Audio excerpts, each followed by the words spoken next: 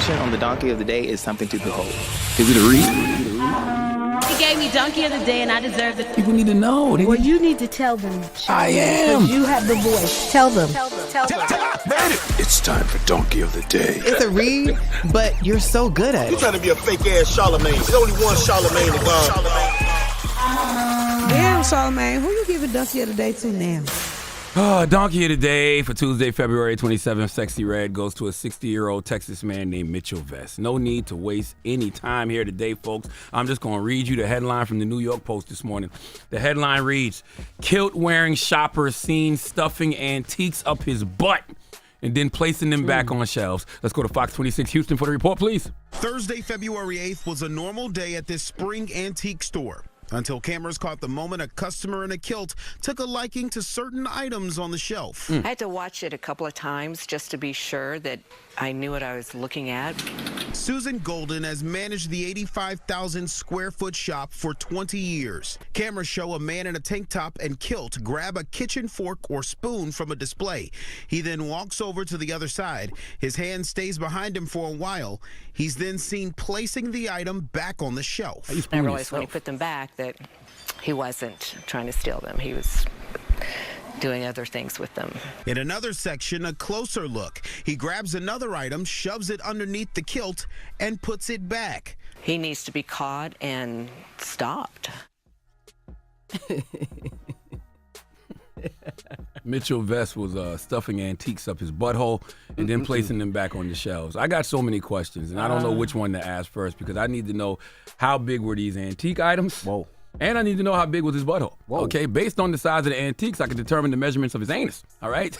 This man is a whole freak, ladies and gentlemen, and this is what happens when you kink shame people. All right? I feel like I've told you this before, but you have to let people have romantic rectum rendezvous if that's what they want. Okay, y'all have demonized butt play, and I don't think that's fair for those amongst us who enjoy booty exploration. If you want to be Christopher Columbus, you have that right, and you shouldn't be shamed for it, okay? That doesn't mean, no, you can make poor choices just because you don't have a safe space to do prostate stimulation, all right? Just because you aren't comfortable popping the old gristle ring doesn't give you the right to go commit a crime like this, okay? You were putting antique items back on the shelf after giving them the scenic tour through Browntown? Disgusting, okay? The good old poop hole loophole. Somebody out there touched all your butt boogers just because you nasty. All right, this is also why we have to lower inflation, okay? Because clearly Mitchell couldn't afford anal plugs.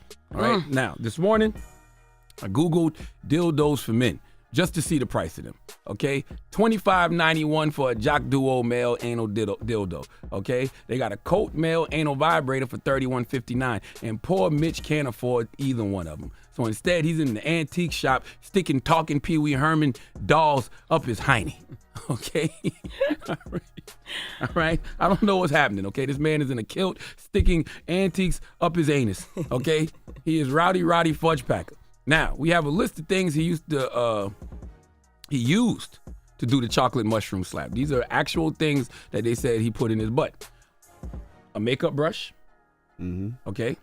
A restoration hardware piece. I don't even know what that is, okay? An antique bottle opener and a tobacco tint can? What the hell is that? A tobacco tin can. These things ain't small items. That's the stuff that you spit the tobacco in? Yeah. Like the little round can? No, they big round. Jesus Christ. I'm reading the story and it says the male was then observed removing the items and placing them back on shelves. If you cavity search this man, there is no telling what you will find. Okay, that man has a pawn shop located right on Prostate Drive. You just got to go down Hershey Highway and make a left, okay? And he got everything you're looking for and probably some things you not. Now, did you know that the name of the antique store, and I'm not making this up, was the Curiosity Shop? I cannot make this kind of stuff up, people. I'm not that good. Google the story. You'll see it yourself. He went to the Curiosity Shop, had a couple of backdoor gasms, and in the complaint, the store owner said it had to throw away the items that were used in this incident due to the items being smothered in feces, smothered in dingo gravy. Oh, he's been arrested for criminal mischief, and he's probably disappointed because he won't be in there long enough to get his starfish scratched. Please. Give Mitchell Vest the sweet sounds of the Hamiltons. You are the donkey of the day. You are the donkey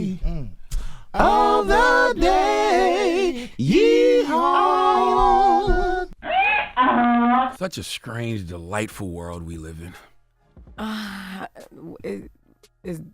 Is he okay? Like mentally? Like, is it something? You just say he's 60 years old. He got. I'm telling you, the man has kinks, man.